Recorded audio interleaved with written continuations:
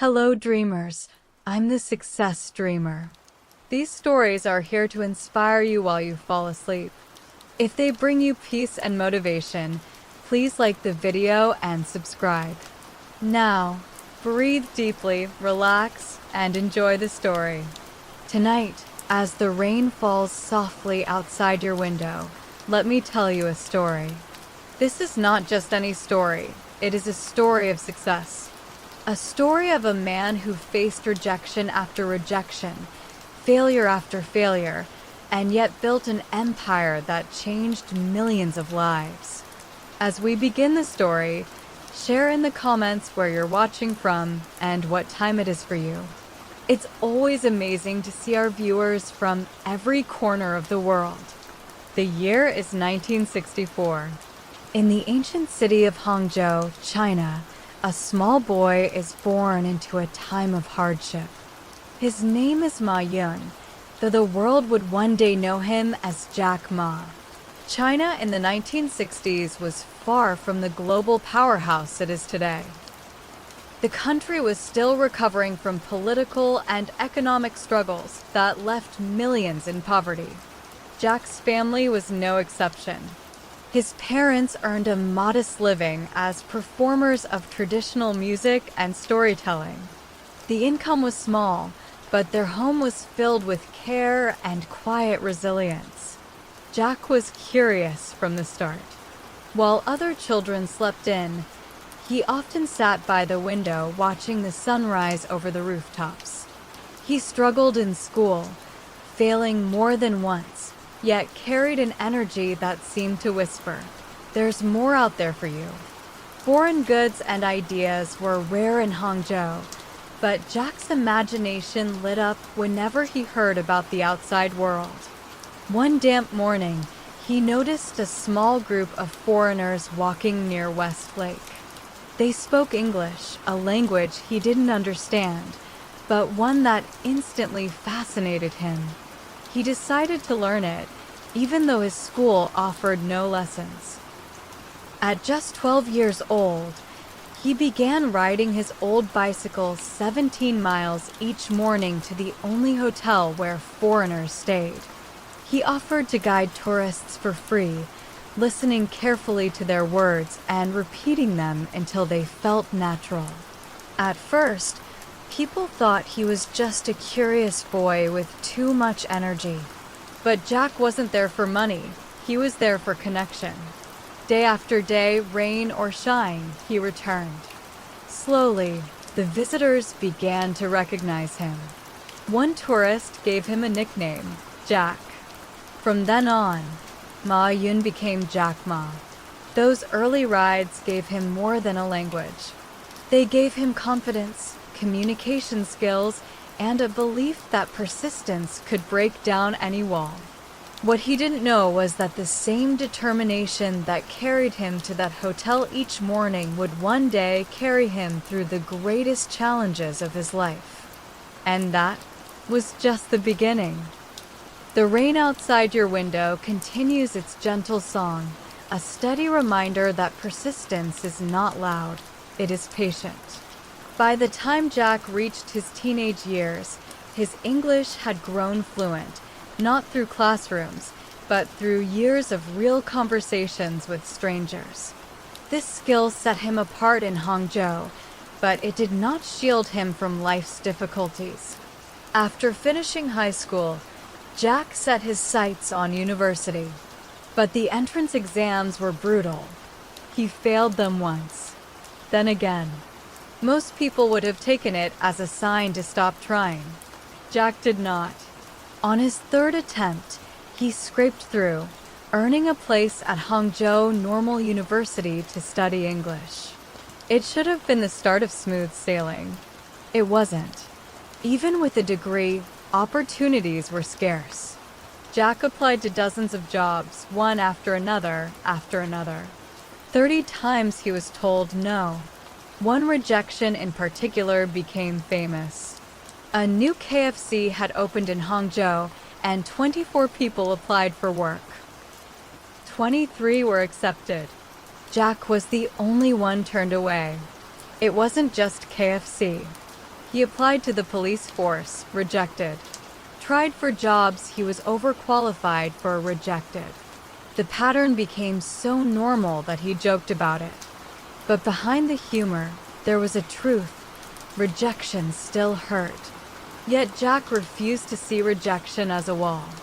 To him, it was a signal, not here, not yet, keep moving. His resilience began to shape his reputation. Friends noticed that Jack could take bad news with a smile and a shrug. He had a way of turning setbacks into stories, as if each no was simply a step toward the right yes.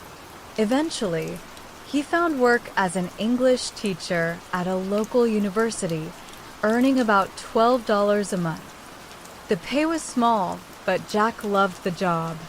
Teaching gave him purpose, and his animated, passionate style made him a favorite among students.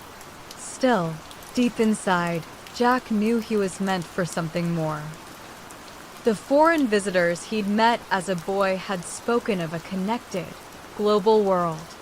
He couldn't shake the feeling that the future lay beyond Hangzhou's borders, somewhere his determination could make a bigger impact.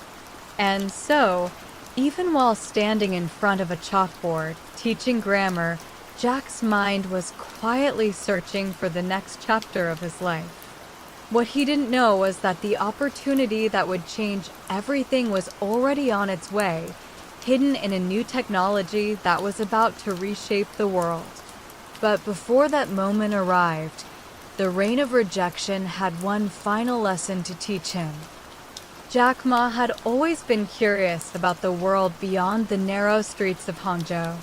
As China slowly opened up to the outside world, his hunger to experience more grew. He wanted to study, to travel, to see how other people lived.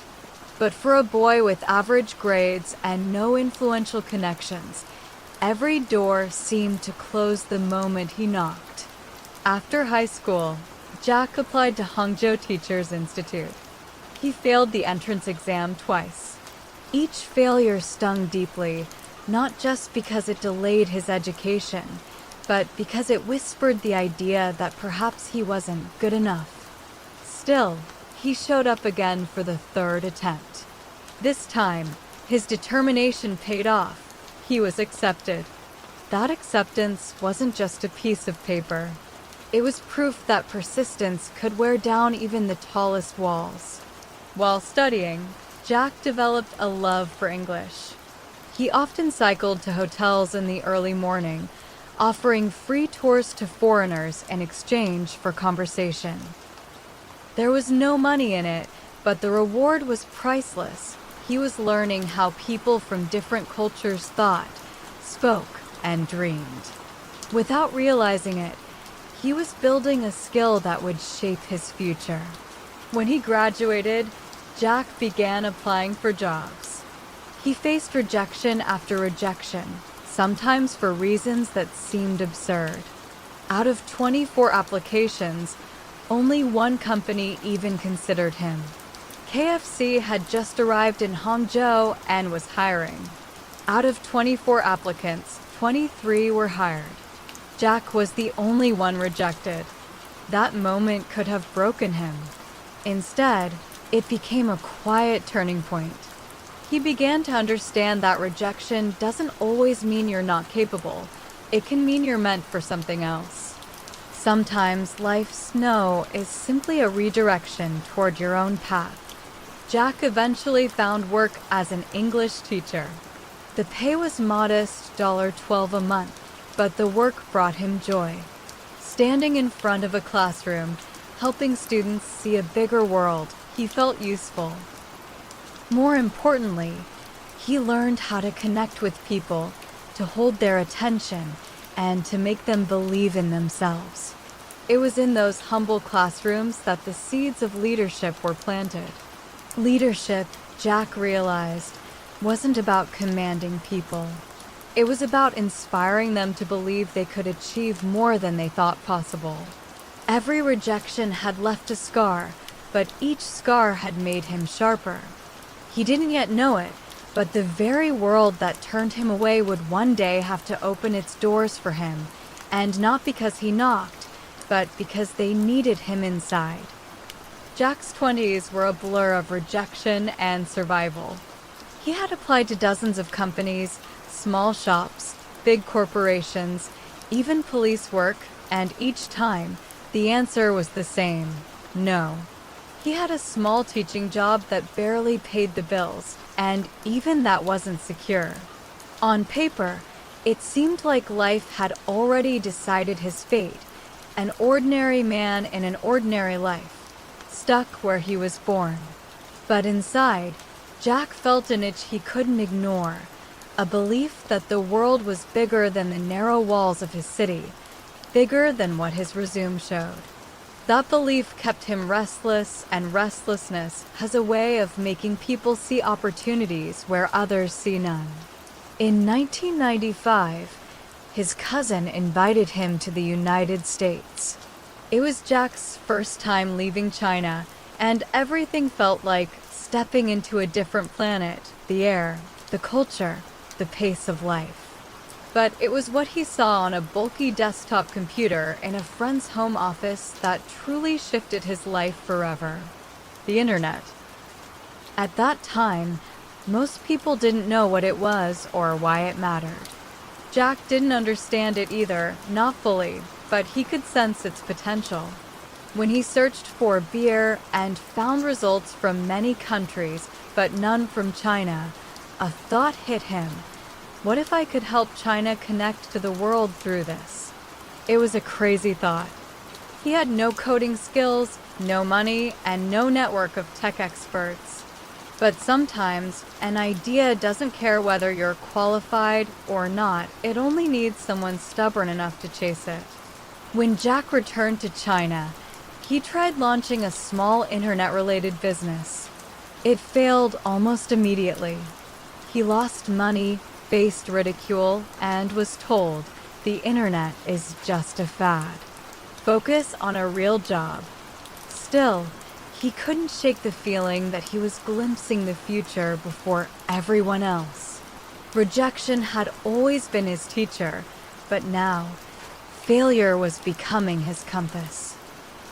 He realized that each dead end he hit was pointing him toward the path he was meant to walk.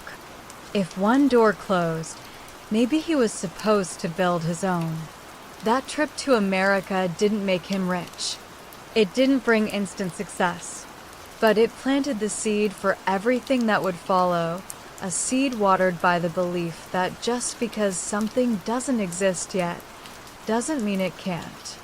Sometimes, the real turning point in life isn't when success arrives. It's when you start seeing possibilities in places others ignore. That's the moment you stop waiting for a door to open and start carving your own. The year was 1999. Jack Ma was sitting in his small apartment in Hangzhou, surrounded by 17 friends who had believed in his vision enough to come and listen. On the table was no business plan, no formal presentation, just his dream. He told them about the internet, about how he saw it as a bridge between China and the world. He spoke with energy, hands moving with excitement, even though he had nothing to show except his conviction. They listened, some curious, some skeptical. But Jack's passion was contagious.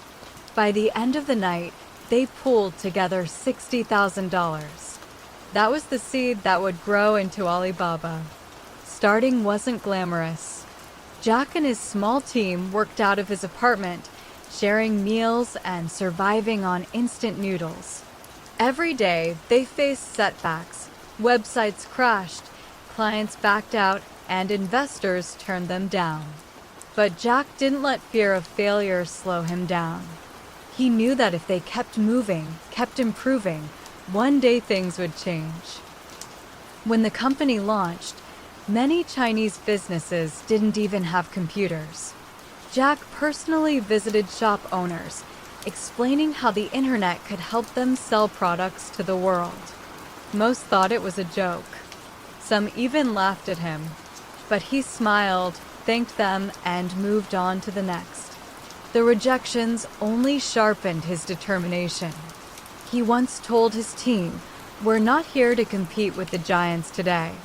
We're here to survive, and survival is the greatest victory." Instead of chasing overnight success, they focused on building trust, making small improvements, and helping one business at a time. Then came their first breakthrough. A small order from abroad made it through, and the seller sent back a message filled with gratitude. That single success proved that Jack's idea could work. It was like striking a match in the dark. It didn't light the whole room, but it was enough to see the path ahead. The early days of Alibaba were a constant test of belief. Every obstacle seemed designed to push them to quit, but Jack kept reminding himself that persistence often looks like madness until it works. And slowly, step by step, it began to work. By the early 2000s, the internet was exploding across the globe, but in China, it was still a mystery to most.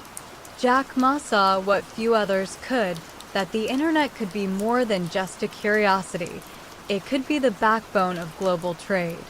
While others hesitated, he moved forward, turning a small group of believers into a powerhouse team. He knew he couldn't do it alone. Jack gathered people who were smarter than him in many areas, giving them the freedom to innovate. Instead of trying to control everything, he focused on the vision and let others shape the path. Success, he believed, came not from knowing everything, but from bringing together people who could fill in the gaps. In 2003, SARS swept across China. Offices closed, streets were empty, and businesses were struggling to survive. While many companies froze, Jack saw an opportunity. People stuck at home were turning to online shopping. He accelerated the launch of Taobao, a consumer-to-consumer marketplace, and went head-to-head with eBay, which had just entered the Chinese market. Competitors underestimated him. They thought a small Chinese startup couldn't win against a global giant. But Jack understood the local market better than anyone. He made Taobao free to use at a time when eBay charged fees, and he tailored the platform to fit Chinese culture and buyer habits. Slowly, users began to shift to Taobao. Jack's thinking was simple. When times are hard, most people pull back. But if you push forward while others retreat, you gain the advantage. Risk feels dangerous, but inaction often costs more. By the time the crisis passed, Taobao had become a household name. eBay would eventually concede defeat in China, and Jack's confidence in betting on the future paid off. He had proven, once again, that vision mattered more than resources, and timing mattered more than size. By the mid-2000s, Alibaba was growing fast, but Jack knew speed alone wasn't enough. In business, growth without stability is like building a skyscraper on sand, impressive for a while, but one strong wind can bring it down. To secure the future, he sought powerful partnerships.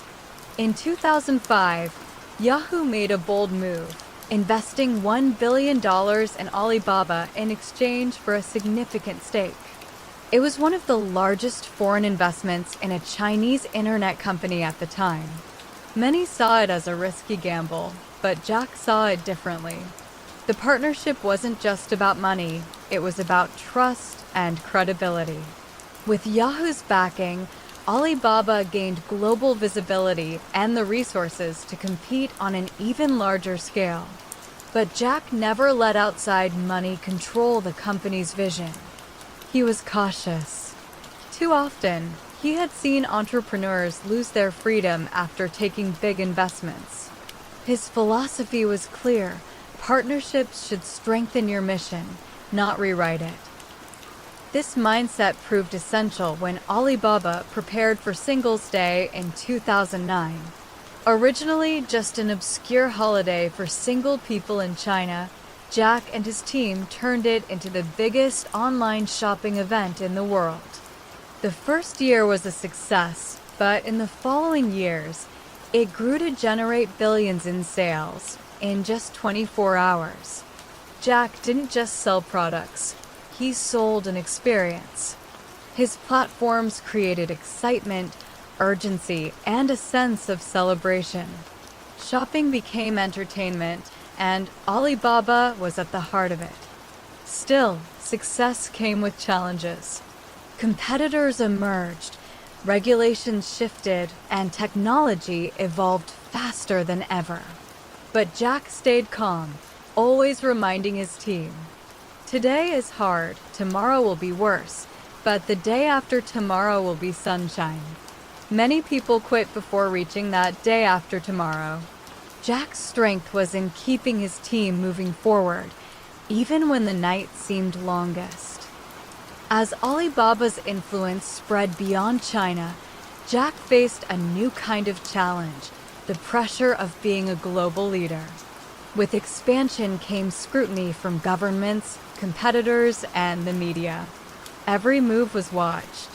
Every decision could ripple across economies. In 2014, Alibaba made history with the largest IPO ever at the time, raising $25 billion on the New York Stock Exchange. Overnight, Jack became one of the richest men in the world. Yet he often said that money was just a tool, not a destination. If you have $1 million, that's your money. If you have $1 billion, that's not your money. That's the trust society has put in you to manage well, he explained. But the storm was brewing. Critics questioned Alibaba's business practices, regulators demanded more oversight, and rivals worked tirelessly to chip away at its dominance. Jack knew the spotlight could burn just as easily as it could shine. Instead of retreating, he leaned into the challenge. He doubled down on innovation, launching cloud computing, pushing mobile payments through Alipay, and expanding into entertainment, logistics, and global trade. His vision wasn't just for Alibaba to be an e-commerce giant, but an ecosystem that could serve small businesses anywhere in the world. Yet, Jack never forgot his roots. He often visited rural areas, meeting farmers and small shop owners who were now selling their products online. For him, the real success of Alibaba was not in stock prices, but in how it empowered ordinary people to dream bigger. Still, the weight of leadership was heavy. In quiet moments, Jack admitted to friends that the larger the company grew, the less personal freedom he had. Every word he spoke could move markets. Every mistake could cost thousands of jobs. But storms don't last forever, and Jack was determined to sail through them. By 2018, Alibaba had grown into a global powerhouse, a company touching almost every aspect of commerce in China and far beyond. Jack Ma had become more than an entrepreneur. He was a symbol of China's rise in the digital age. Yet, after 2 decades at the helm, Jack began to reflect on what legacy truly meant. He often told his team, "A good leader knows when to step forward. A great leader knows when to step aside." For him, leadership was never about clinging to power, but about creating something that could outlive him. On September 10th, 2019, his 55th birthday, Jack announced that he would step down as Alibaba's chairman, handing over the role to Daniel Zhang. It wasn't an emotional goodbye in the sense of loss, but a celebration. Dressed in a rock star's leather jacket, he sang on stage with his employees, laughing and dancing like the English teacher he once was, full of joy, full of life. Many questioned why he would leave when the company was still at its peak. Jack's answer was simple: "I don't want to die in my office."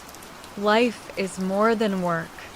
I want to go back to teaching, to philanthropy, to inspiring young people to dream. His retirement wasn't an end, but a new beginning. He poured his energy into the Jack Ma Foundation, focusing on education, entrepreneurship, and environmental causes. He traveled the world, speaking to students, sharing the message that had guided him from the start. Never give up. If you don't give up, you still have a chance. Stepping away also gave him time to reflect on the bigger picture. The world was changing, technology was advancing faster than ever, and with it came both opportunity and responsibility. Jack urged young entrepreneurs not just to chase profit, but to solve real problems and make a positive impact. In his final speech as Alibaba's leader, Jack smiled and said, "Today is not my retirement. Today is the beginning of a new Alibaba, one that will belong to those who believe in the future." And with that, he walked off stage, not into the shadows, but into the light of a new journey, leaving behind a company, a culture, and a story that would inspire millions for generations to come. By the late 2010s, Jack Ma had become one of the most recognizable business figures in the world. From a young man who couldn't even get a job at KFC to the founder of one of the largest e-commerce empires in history, his story had already inspired millions. Yet, Jack was never one to cling to titles or power. In 2019, he stepped down as Alibaba's chairman on his 55th birthday, choosing to focus on education, philanthropy, and empowering the next generation of entrepreneurs. It was a move that surprised many. After all, Alibaba was worth hundreds of billions of dollars, and Jack's leadership was a big part of its success. But for him, life was never about holding on, it was about creating opportunities for others, and ensuring the seeds he had planted could grow without his constant presence. "When I retire, I want to go back to being a teacher," he once said. And he meant it. In the years that followed, Jack poured his energy into the Jack Ma Foundation, focusing on rural education, environmental protection, and supporting small businesses. He traveled to different countries, meeting with young dreamers, sharing his philosophy that success is not defined by wealth alone, but by the positive change you bring to the world. He reminded them that failure is not the end, it's part of the journey. If you've never failed, you've never tried something new, he would say. And people listened, not just because he was successful, but because he had walked the long, difficult path himself. Though he had stepped away from the spotlight, his influence remained. Alibaba continued to thrive under new leadership, proving that the company was built on a foundation strong enough to last. And Jack, true to his word, embraced a quieter life, reading, teaching, and staying curious about the world. Looking back, his journey was never about being the richest man in China. It was about proving that no matter where you come from, with vision, persistence, and a willingness to learn, you can create something that changes the world. Jack Ma's story reminds us that the true measure of success isn't how high you climb, but how many people you lift along the way.